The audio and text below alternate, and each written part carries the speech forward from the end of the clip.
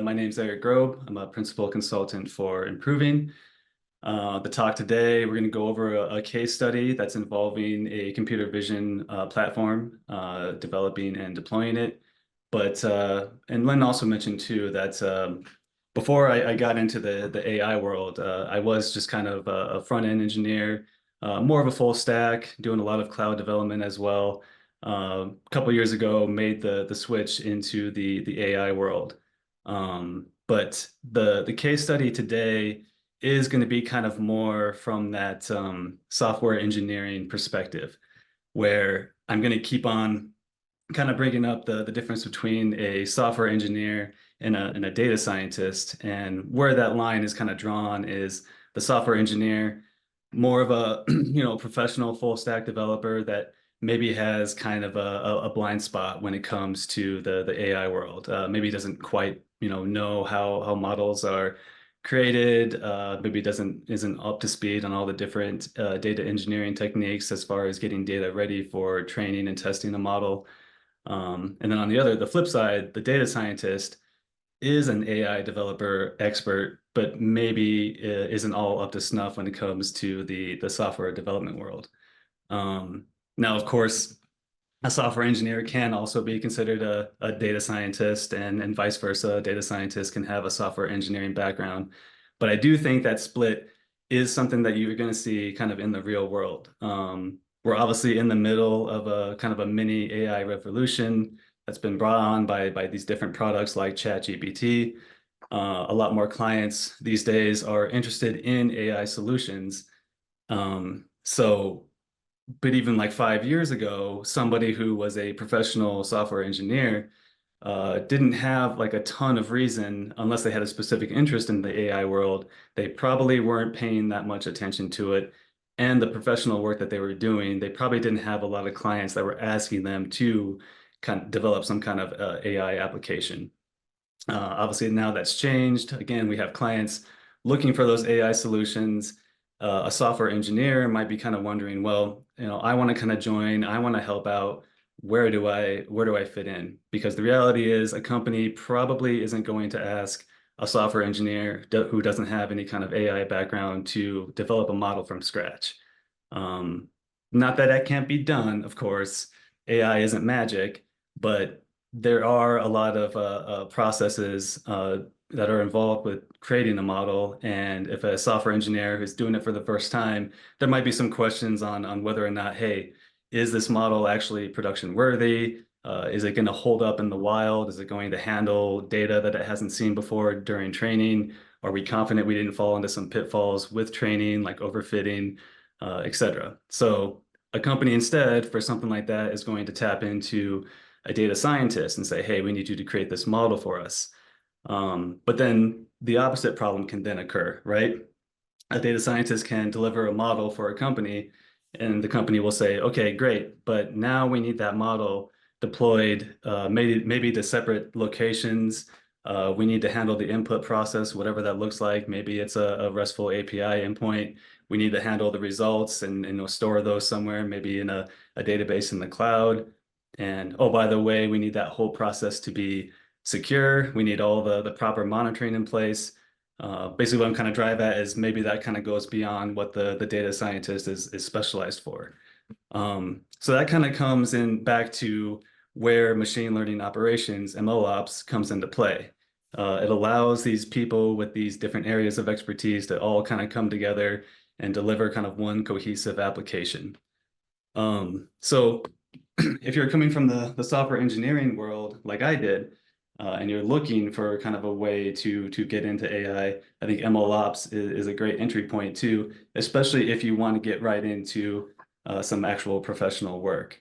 I would still encourage anybody, of course, to get into actual model development, kind of see the guts of it and kind of see how the sausage is made a little bit.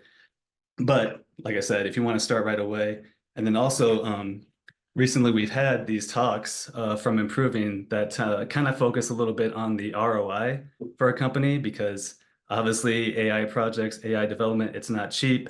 companies are rightfully concerned about ROI and actually getting their money's worth.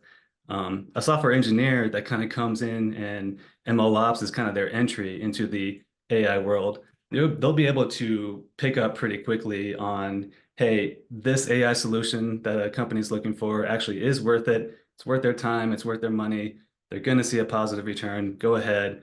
Versus being able to look at a company and say, you know what you're actually looking for, AI might be just a little too much. You don't actually need to go down that path. You know, don't give in quite to the hype. Don't waste your money. Anyway, that was a bunch of yapping for the intro. We'll get right into the case study. So in our case study, what we have is a manufacturing company that has multiple facilities all throughout the US, all different locations.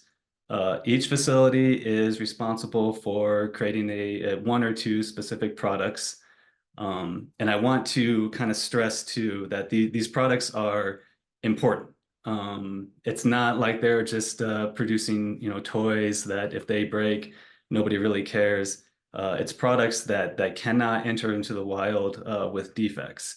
Because if they do, people actually might get hurt. And obviously that's the worst case scenario, someone getting hurt. And if that happens, you have to deal with something like fines and maybe even government involvement. Nobody wants that. So important stuff. And at this point in time, there are no AI models introduced into the process of inspection. But inspection is very important. We need to find those defects. So as a product kind of works its way through the line, we have a system in place that's taking several pictures of the development process. And then at the end, we have humans involved in the process that then review all those pictures, look for defects.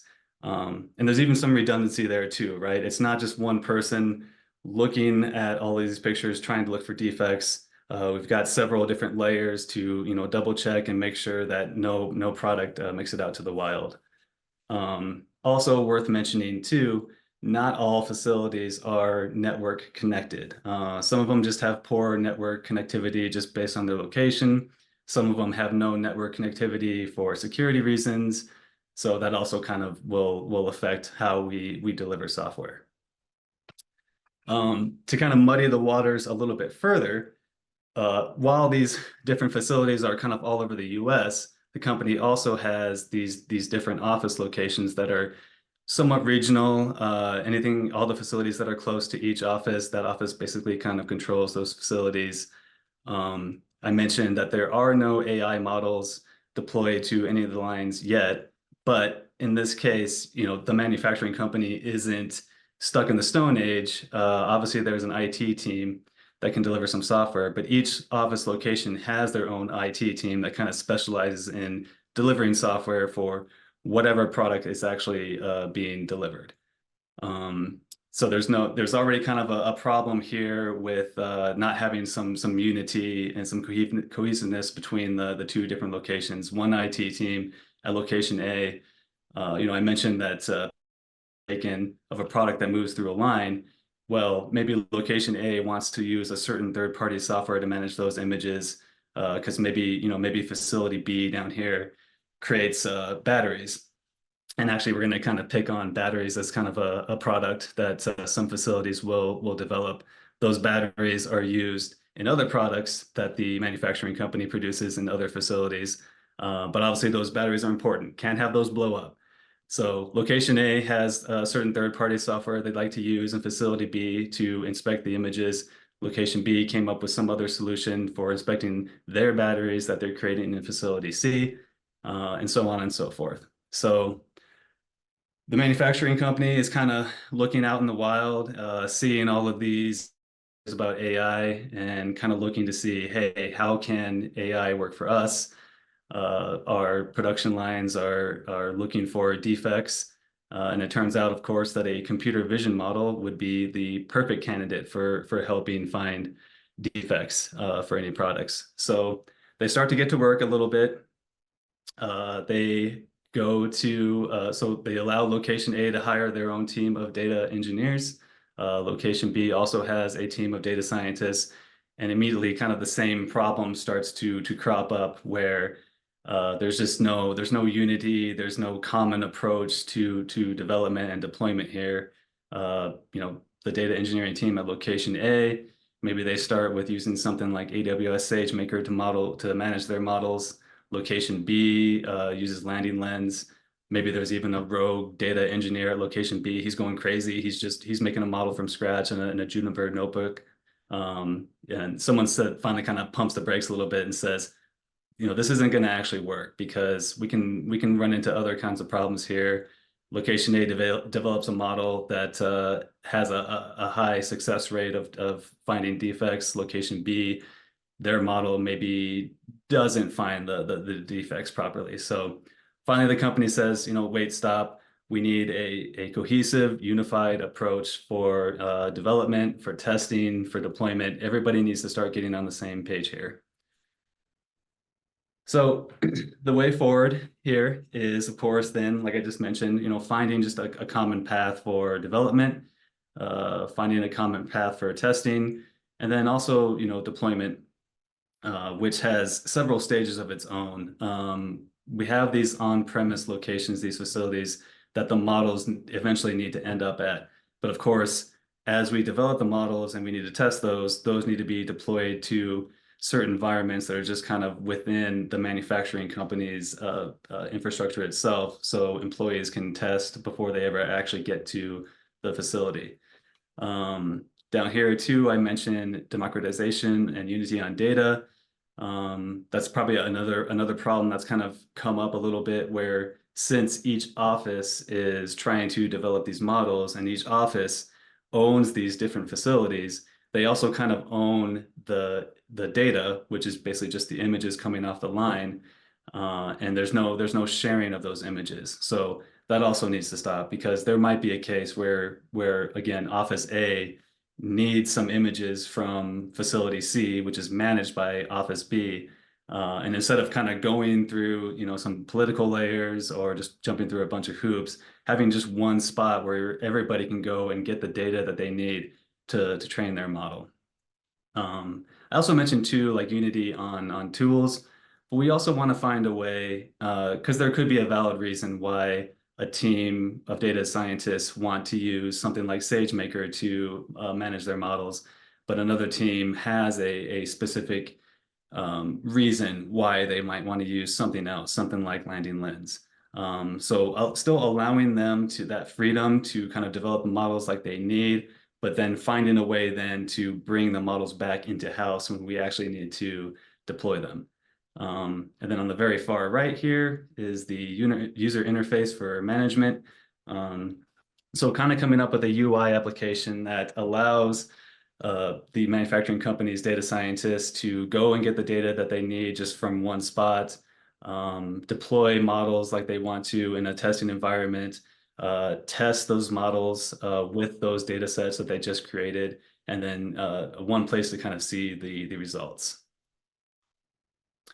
So we'll start with development. Depending on the audience here, a lot of software engineers are watching this right now. A lot of this is some pretty obvious stuff, but it's worth going through. Like I mentioned at the very start, there might be some data scientists that just don't have that exposure to kind of that normal professional software development lifecycle. So even starting off with local setup, not necessarily, trying to control what IDEs everybody's like using, but just common stuff, a common approach. If we know that our certain libraries are dependent on a specific version of Python, let's say, make sure everybody's using that version. If we need to containerize our apps, make sure that we're using something like Docker. Just getting on the same page there. Moving over to repo management. Again, I'm not going to give a long speech on the importance of source control, but even, I mentioned too, those models that maybe are in different spots using these different third-party tools, they still need to be brought in-house. If we ask someone, hey, where's that model that you've been working on? And they tell us, well, they have to log into their AWS account to go and fetch it from SageMaker. That's not going to work, right? So it's not just something like source control with like GitHub or anything. It's also, thinking about having some of these models, needing to bring them in, cutting an image of those and then actually storing them within the manufacturing company's infrastructure, maybe in an Artifactory or something like that. And then finally, CI/CD. Again, maybe some pretty obvious stuff for professional software engineers, but something that a data scientist might not be quite used to. So they probably aren't going to get away from writing just any code themselves. They're going to have to write some, let's say, we'll stick with Python for the presentation. So if they're writing a bunch of Python code for doing some pre-processing steps on these images before they get to the model, we still want that code written in a professional way. We need Unity tests, or excuse me, unit tests. We need quality. So if we want to check the actual format of the code, stuff like that. Build's an obvious step too. We need everything to actually compile and build properly. And then finally, deploying too. Once we actually have a pipeline that's working, and once we merge to a main branch, we want to actually see this whole vision application get pushed out somewhere where multiple employees then can start to test it and put it through its paces. So I mentioned these different offices hired their own data scientist teams. Those people got to work right away, and the vision application that they started with was produced in a monolith kind of manner, where the application was just doing everything. It was finding those images that it wanted to have a decision made on, and it was doing the pre-processing step in there. It was doing the actual inference step. Inference is what actually interacts with the model. And then the post-processing step, whatever post-processing actually means. Maybe it's just taking the results from the model, turning those into a CSV format, saving those off somewhere. It was all happening kind of in one application, which can be a problem because, again, we have these different facilities that have these different products, which means we're not always going to be we're going to have several different computer vision models. We're also going to have several different, especially post-processing steps as well, but pre-processing, what we do to these images before we actually send it to the model for a decision. So sometimes that means, you need to crop an image in a certain way. Other times you might need to slice it up differently. It also even is kind of dependent on the actual file types that you're getting and you want to act on. So maybe on one line, you're actually getting like these TIFF files. Maybe on another line, you're actually not even getting a pure image file. It's like more of a volume file that actually has a bunch of images contained in it. So your pre-processor step needs to handle all of this stuff differently. And if it's developed in this kind of monolith fashion, what you're going to end up doing then is just you're going to have this constant monolith that you have to keep on replicating for every single small difference. Even if it's the same model, the same post-processing step, it's just a slightly different algorithm that you want to use in the pre-processor. You still have to then deploy the whole shebang, basically. So software engineer comes in and says, how do we logically split this up? And obviously it kind of splits nicely. There's a pre-processing application, inference application. This is what contains the model, and then the post-processing application. So when you actually have that split up properly, then this is when you can kind of start to see the different roles and how they fit in better with the whole process. Now that we've split it up, a software developer can say, hey, data scientist, you don't have to worry anymore about, you don't even have to really worry about how the files get into the application. I'll take care of that. Don't worry about how we containerize the application. I'll take care of that. Don't worry about how we eventually create that Kubernetes manifest and deploy it out. I'll take care of that. All the data scientist needs to focus on now is the actual development, the algorithm development that they'll actually put in the pre-processing step, the model development that we've already been talking about a little bit. And even too, if they kind of do the algorithm development kind of in a smart way where your input is constantly stable and same, and then the output from your algorithms is constantly the same, you can even kind of get into like a plug and play here a little bit, where when we bring the preprocessor application up, we can say, use these algorithms already, and the application will kind of configure itself. And then that makes that easy to kind of interchange, but we can kind of keep the inference application and the post-processing application the same as long as we're always using the same model. Okay, so we've got development all figured out there. Everybody's coding away. Everything is working great. So now we want to talk about actually how we train the models and test the models. Now, our case is a little bit easier, right? These facilities are generating the images. In our case, let's say that we want to get those images into an AWS S3 bucket. So we just use S3 file gateway. Of course, that works fine for any of the facilities that are network connected. I did mention at the start, some of these facilities are not network connected. So I'll cover how we kind of get images into the S3 bucket there. But then, of course, with this setup too, we can use the S3 lifecycle for data. So as images keep on getting pumped from facility to the S3 bucket, the older images that are starting to kind of maybe not be as important or even sometimes bad to train a model with, we can use the S3 life cycles to kind of slowly put those down to the lower cost tiers where you don't have as quick of access because they're just not used as much. But I do want to kind of pause here a little bit and do a bit of an aside. And some people that are experienced with the MLOps world will kind of agree with this. This use case here that we're talking about, it's almost cheating a little bit because this data collection step is, again, relatively simple. This is a computer vision model. We're training it on images, and not only just images, but very specific images that are just coming from us, right? We need to detect defects within our own products. So we're just going to train the models on the images coming from our products that are made in these facilities. If you are on an ML ops project on a different type of company, let's say you're working for some kind of commerce company, and what they want their model to be is some kind of financial forecasting model.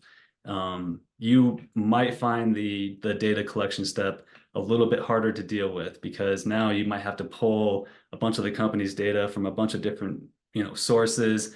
There could be some political, business political stuff to get around. Maybe even some security stuff where some data is locked down. It's a little bit harder to get to.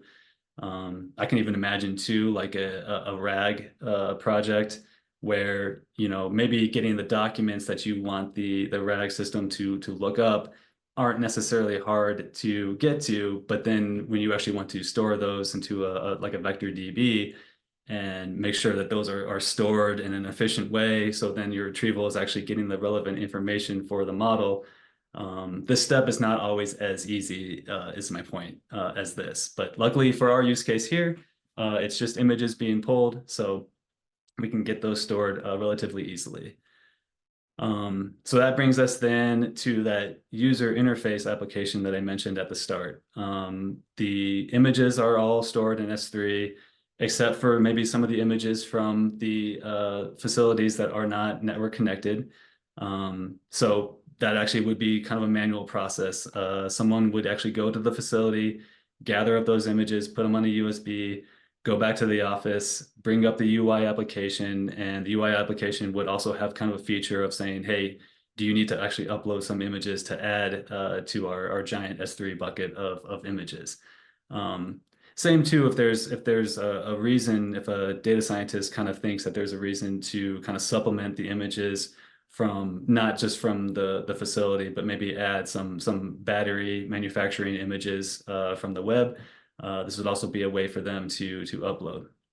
But the point of the UI, there's two different flows. And the first flow then is creating your data set. So after all of the images are uploaded to that S3 bucket, a data scientist can bring up the UI application, kind of shop, almost like a marketplace for those images and say, okay, again, picking on the battery example, saying, give me all of these different images for batteries, and I'm going to collect all of them and then create my data set. And after my data set is created, the UI application can then let them take the next couple of steps. I can create my data set, I can label it, and the creation and the labeling steps too are all kind of, since they will send requests to kind of a back-end service, that gives us too a little bit of freedom to say, well, what tools do we actually want to do the creation step, to do the labeling step? Do we want to use something like Accredata for creation, or something else for labeling? We have that freedom to kind of switch that out based on whatever our data scientists need. The second flow then of the UI is saying, okay, I'm creating my data set. I've got these, maybe some models that I've created from some of these different sources. Go ahead, select this model, select this data set, and let's train it. Or if a model is already trained, let's go ahead and test the whole application. So that would all happen from this step. And again, what this allows is you're not asking a data scientist to, on their local machine, bring up the whole application and test it from start to finish, which might not even be possible, of course. With some of these AI models, they're pretty CPU, GPU intensive. Depending on what the actual local machine setup is that someone's working from, it might not actually be possible to bring up the whole application. Instead, we actually need to set up some kind of testing environment in Kubernetes, controlled through this user interface, so someone can use this. It's a simple, fast way to test the whole application without having the headache of trying to set up everything locally. But of course, I want to mention too, if someone is coming into the UI on a regular basis and is constantly saying, give me the latest battery images so I can create this data set, train this battery defect detection model constantly with the latest data set, and then go ahead and deploy it. Obviously, that's very samey. So we also want the ability to kind of pick up some of these processes that are just repeated over and over and over again, and say, okay, we don't even need anybody to actually come into the UI and do these steps. We can use something like Airflow, and I've got it on this slide here that AWS even has their own kind of implementation, their own flavor of Airflow. But basically, when data hits the S3 bucket, controlled through some way, maybe it's just a regular interval of when images come in, we can kick off a process. The actual Airflow process then can do that creation step, that labeling step, save that data set off to a database, and then I don't have it here, but they can even kick off the training of the model, so we don't actually have to wait for a human kind of to be in the middle of that process. So we've got models trained, we've got data sets ready to go. We need to actually test. So mentioned before, we split up the monolith into these separate containerized applications. We need to actually deploy those out to a Kubernetes environment, especially for something like the inference application. We need to be able to control the CPU, the GPU. But of course, you can't necessarily just wait for something like this to get into those kind of that normal higher environment. A lot the software engineering common setup is to have some kind of development environment, followed by like some kind of testing environment, and then some kind of integration environment, and then finally your production environment. For something like this, though, we need to allow our data scientists to say, okay, I've got a model, it's ready to be tested. But before I say, yep, this is all ready to go, and I want others in the mix to kind of start doing some testing as well, I need to be able to kind of use a temporary environment here. So what the UI then is going to do is send a request to the backend. That backend is going to use a dynamic script to kind of bring up a Kubernetes environment. If we're staying in the AWS world, this would be done in EKS. So it spins up the whole application. You've got that pre-processor application, the inference application, the post-processor. We send the data set through, we test the results, and then those results are saved off somewhere. And then the data scientist then in the UI can see the results. Once everybody's satisfied, then we have a version deployment controlled through a proper kind of repo like Flux CD. I have Flux CD mentioned here. Ironically enough, Flux CD might not be the best choice because the management of the actual framework of Flux CD is in Flux. So might want to look for some different solutions. But the point of this is to say, okay, I've got a specific configuration of my application. Here is the image of the preprocessor that works. Here's the image of the inference application plus the image of the model that I need to use, and then the image of the post processor. I'm going to save this specific kind of manifest version and say, this is the version that I'm going to start pushing up to like the acceptance environment, and then eventually push out to the facilities. And to kind of have more of a breakdown here too, because we were talking about how these facilities are actually ran and how these images are being taken on the assembly line from this third-party tool. So we've got the preprocessor application, we've got the inference application, and the post-processing application. But really, we need a lot more, right? We need a pretty full-featured Kubernetes environment. So to start with, I kind of have a file distributor application over here, a results handler over here, and then of course a volume mount. So, and then finally an MQ broker. So the MQ, we're going to have everything communicate with each other through MQ messages. So to start with, that third-party system that's taking pictures of a product as it moves through the line is going to go ahead and communicate with the MQ broker and say, okay, I've taken a bunch of photos. They're out in the mount somewhere. The file distributor is listening to that topic on the MQ broker saying, okay, I'm going to go ahead and send a message to the preprocessor and say, hey, these files are out there. Go ahead and do your thing, get those prepared. Preprocessor then communicates with the inference app, says these files, I have pre-processed them. They are ready to have a decision made.